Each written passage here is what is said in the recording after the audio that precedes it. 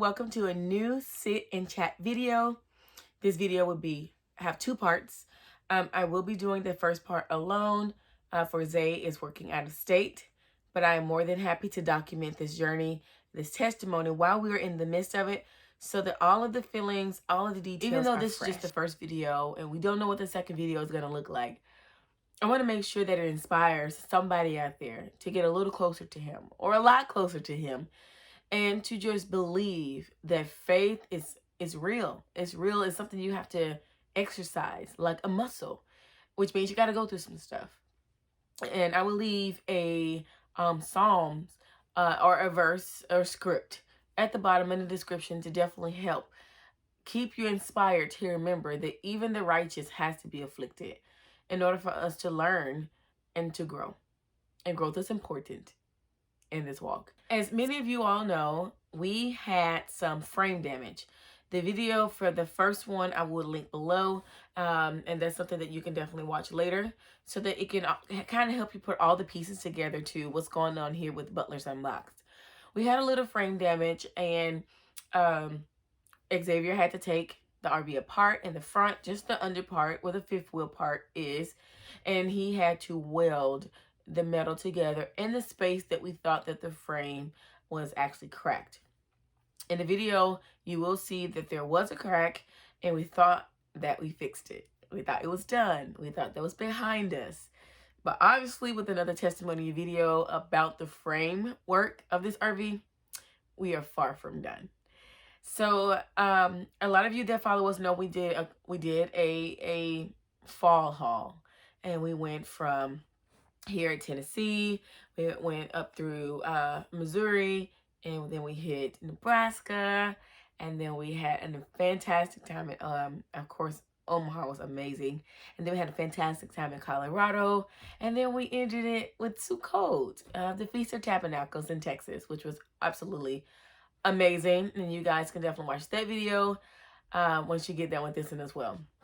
But we did a fall haul, and then we decided, okay, we got to go back to our home base, which is in Tennessee, to kind of recollect, get the kids back on some kind of structure, and work.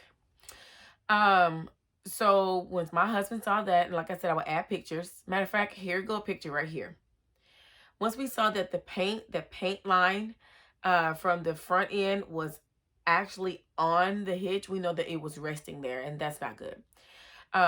I'm telling my side of the story based off what Amber knows as the woman of the house that really don't know a lot about RVs, the structure, and all of that. I'm just going based off what my husband and I have been dealing with, and this is just my side of things.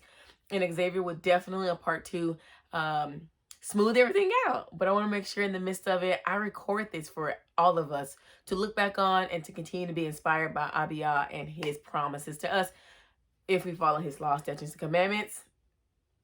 That's the key. You gotta do your part. So we came inside. Previously on the other video, you guys saw that the wall in my room was hitting the ceiling, and it was putting a hole in the ceiling in my room. Now it is even worse. Here you'll see a picture where the hole is longer and it's deeper, it's bigger. Also, you're going to see more pictures here where the bottom part of my storage area is lifted off of the floor. You will also see here where the slide cannot fully open all the way to seal my room. And you will also see here on the other side where there is, I can see under the RV at this point from my floor in my room. So that whole section has to be removed. This is the thing. Once we got back to Tennessee, we knew we had to be back in our area to call the insurance company.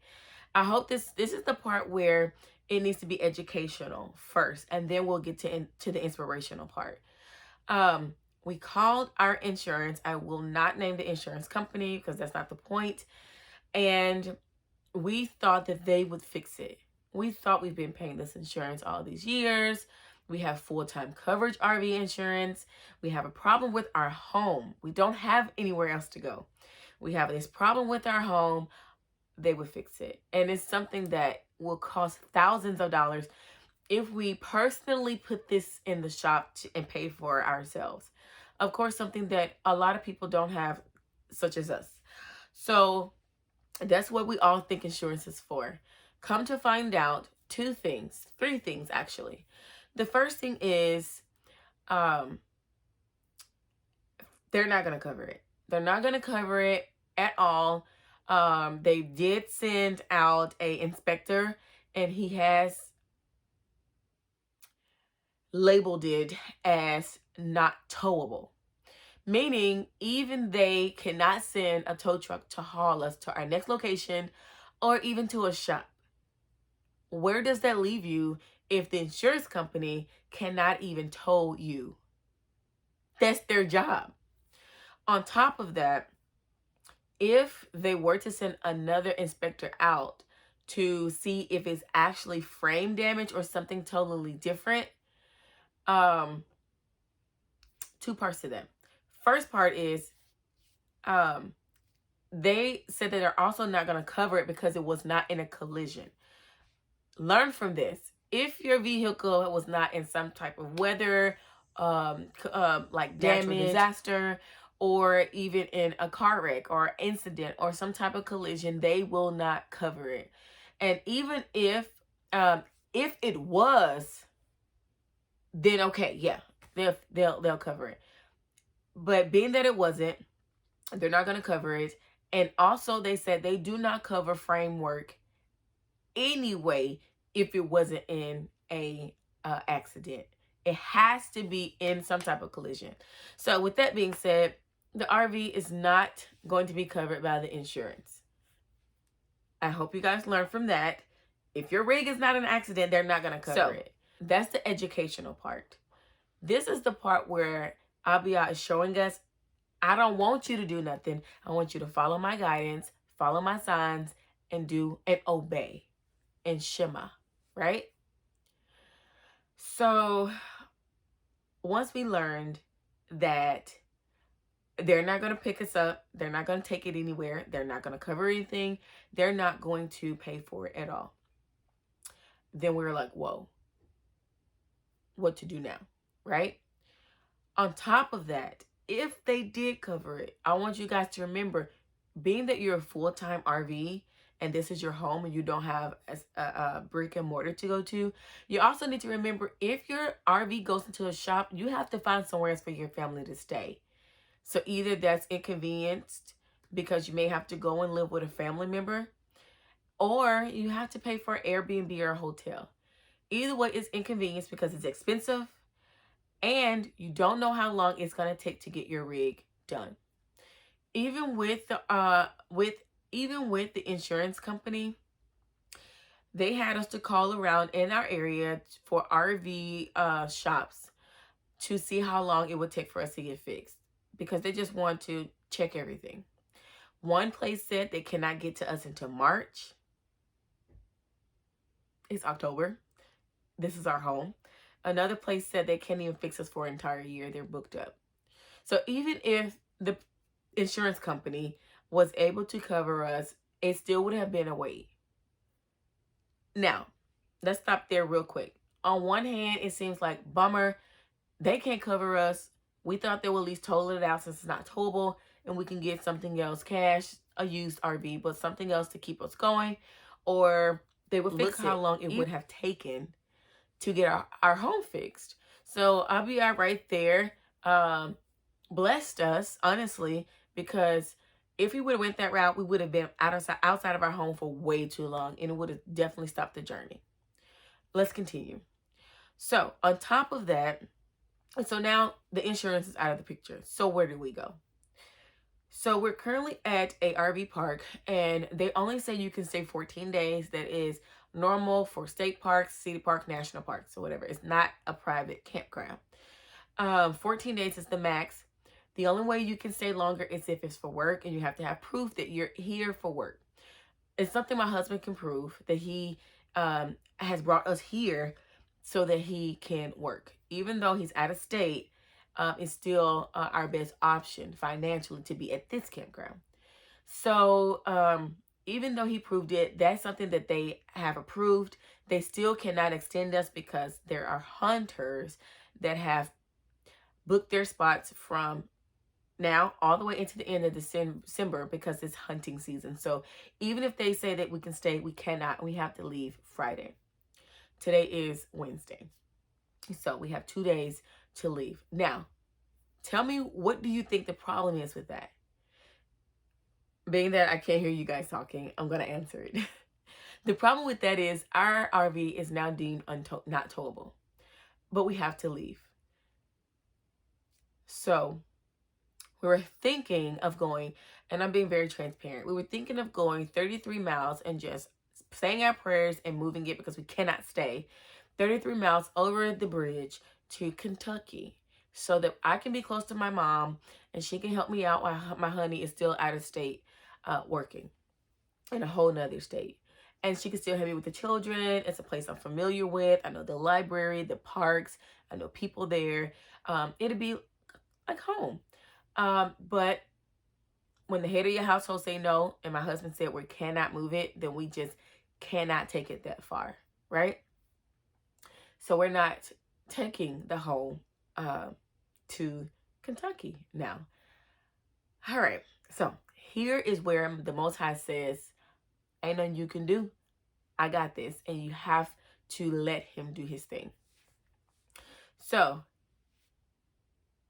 on one hand, honey has to work because, first of all, there's more expenses that has came up because we have to get it fixed. A welder alone is around, I'm just going to do estimates just for the sake of you guys can know how much this stuff is running. Not to necessarily be really personal, but having a welder, even if it's a family friend to come and do it, is still anywhere from $1,000 to $2,000. This does not include the fact that this RV front end has to be taken apart. They're not going to take it apart. They're only here to weld and rebuild the framework of the RV. $1,000 to $2,000. So my husband has to go to work because not only do we now have still regular bills, we came here to regroup from our fall haul, to get our savings back together, pay off some more debt, and to get these RV fixed. But if we put it in a shop, 2 problems. It's going to be way more than $2,000 because they're going to take it apart. They're going to charge you for every hour. They're going to charge you for storing your RV in their shop. They're going to charge you for welding it. It's going to get deeper. Not only do they have to take the outside front end, they got to take my bedroom wall out. A washer, the dryer, all my shoes, all my clothes, everything that's back there, like storage stuff. Nothing fancy, but that whole wall unit, this whole thing, I'm gonna see your picture. I'm gonna show you a picture. This whole thing has to come out. The entire frame of the RV has to be exposed because the first part wasn't enough. So now they have to go deeper. So what does that mean? We have to come out. Me and the children have to come out of the home. We have to go somewhere else. But I'll get to that in just a second. Let's focus on the fact that the 2 parts that honey has to work. So that means if he's out of state working, then who's going to take it apart, right? And let me backtrack. We can't put it in a shop anyway because they're not available. And even if we wanted to take it to a shop up in Tennessee, that's still about 180 miles up the road interstate. It ain't gonna make it, right? The insurance company already said they cannot tow it. It's not towable. So it like don't make sense, right? Insurance company can't tow it. RV park said you have to leave in 2 days.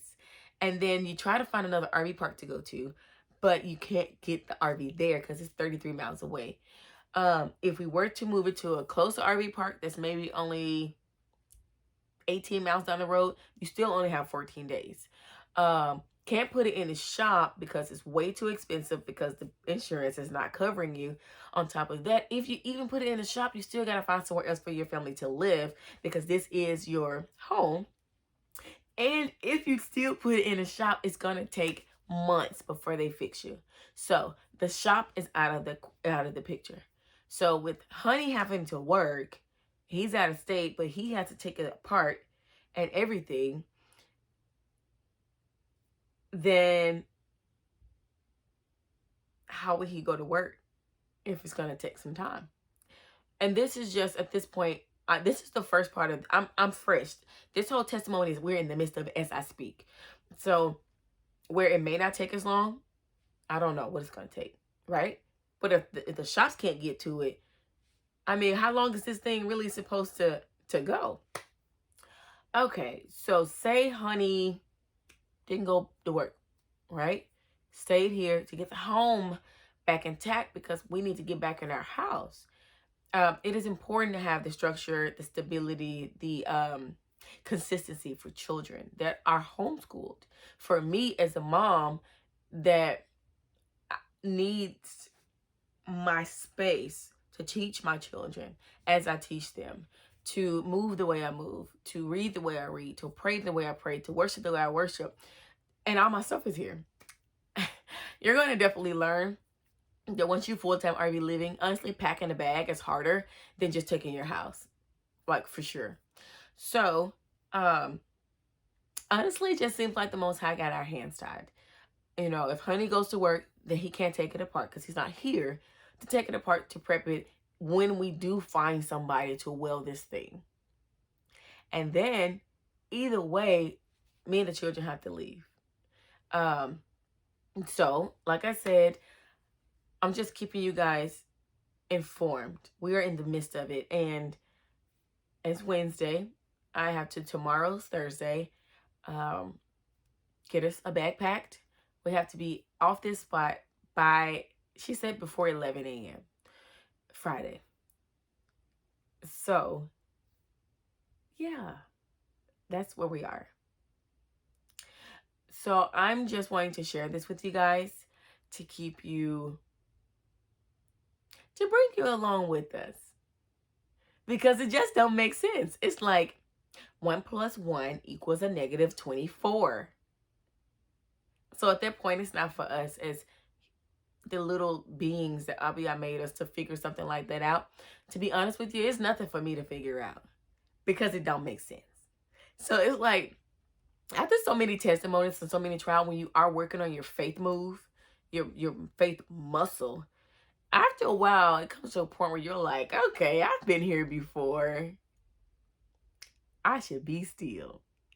And I should mind my business and stay focused. Reading my word, following the laws, statutes, commandments, brotherly love, raising my children, being a light to the world, and helping make sure we all try to get to the kingdom, right? And that's what I'm going to do. So I just want to let you guys know exactly what's going on. And I hope you guys learn from this. So stay tuned. Stay tuned with the next video. Hopefully I'll have more answer, I hope, of what actually unfold. And also I'll have my honey on my side and he'll help clear some of the things that I've already said up. I think I did pretty good on making sure I gave the details of exactly what's going on. But like I said, honey will be here for the guys to help. Y'all know his terminology is totally different from the way I speak. Because I'm like the thingamajigger and the ceiling and where my clothes at. You know, the white part on the black part. So he'll definitely come back and he'll give you guys some good terms and tell you exactly what's going on. But I want to get y'all prepped up because Butler's Unboxing is in the midst. And it's for all for the glory of him. This situation is not big. This not nothing. He owns the insurance company, right? He owns the campground. And he got all the money. So, like I said, out of all the trials we've been through, and you guys can go down through our channel and see, it comes to a point where you be like, fear not, for my Father is with me. So yeah. Quickly, for the women that are like me with the whole like home being beautiful and functional, I'm a little worried because even when they fix the frame, their room ain't gonna look the same. It's not gonna look the same. But instead of being worried that The trimming and stuff can't go back the way it was because it's broken. I mean, the ceiling, they're going to have to change that paneling. It's not going to match the rest of the ceiling, but it's okay. Let's take this moment and make what this journey is and turn it into something absolutely beautiful, which is passing this test. And maybe we can just make the room a little bit, renovate it a little bit to make it even more special, all of our own. So yeah, I'm excited. So I'm going to go to bed and praise the Most High. And in the morning, we're going to get up. I'm going to pack our bags. And when honey get home Friday, I'm going to document us taking the RV wherever it's going to go. Until then, guys, say your prayers, praise Him, love your brothers and your sisters, and follow those laws. I'll see you guys on part 2. Shalom.